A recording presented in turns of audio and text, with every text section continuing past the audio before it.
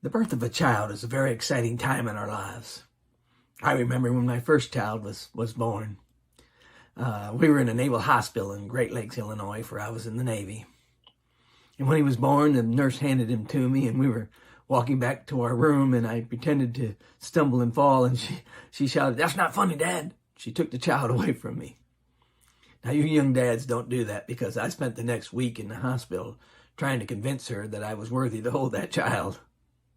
But you know, the birth of the baby Jesus was just as exciting.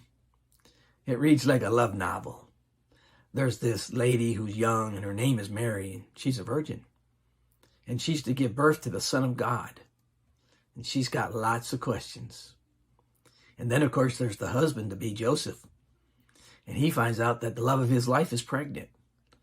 And so he's got questions. And so they ask the angel, how can this be?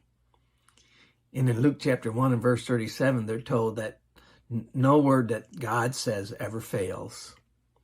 And so if God said he's going to do something, you can bet he's going to do it.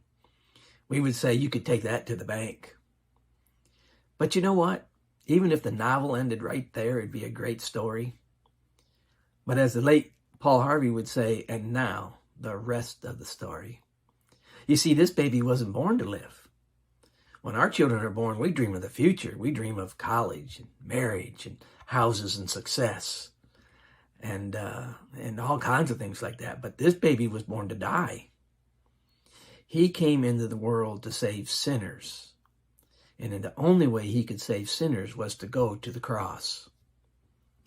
And so this Christmas season, as you stop and you celebrate the birth of this baby Jesus, remember, the purpose this child was born was to die. Remember the rest of the story.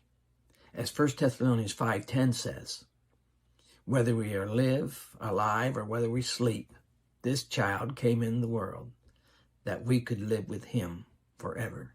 And this is Jesse Walker with the Glenwood Church of Christ.